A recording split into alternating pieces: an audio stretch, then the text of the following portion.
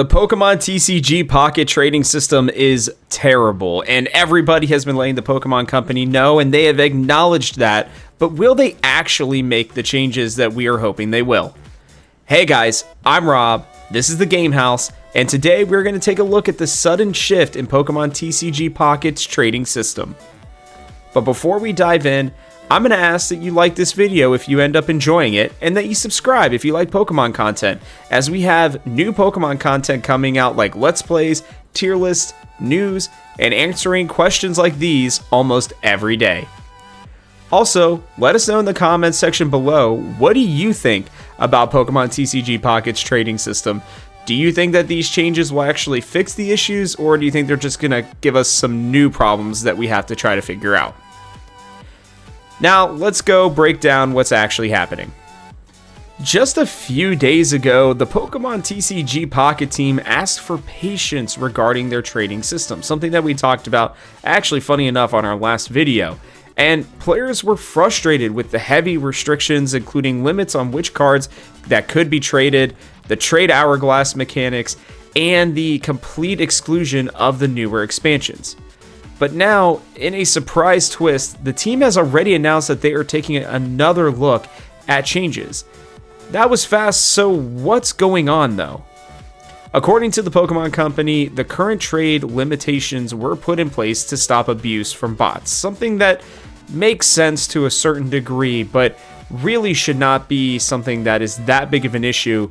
You can put in different restrictions in different ways to stop bots from taking advantage of the system. But automated accounts farming and trading rare cards definitely could disrupt the in-game economy, making it harder for real players to collect cards fairly. While that reasoning again makes sense on paper, it doesn't justify the extreme limitations they originally set.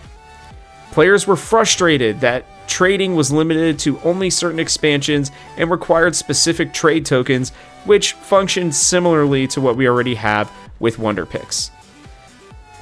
And speaking of tokens, one of the biggest concerns players have is how trade tokens and hourglasses are earned and how they are used. Right now, they function just as another barrier to prevent unrestricted trading, but they also make trading feel like more of a chore than an exciting feature. If Pokemon TCG Pocket really wants to fix the issue, they'll likely need to make some major adjustments to how tokens are earned or remove restrictions on which expansions can be traded and as well the different cards that can be traded. It's clear that the backlash was loud enough for them to reconsider their approach, but whether they actually make meaningful changes remains to be seen.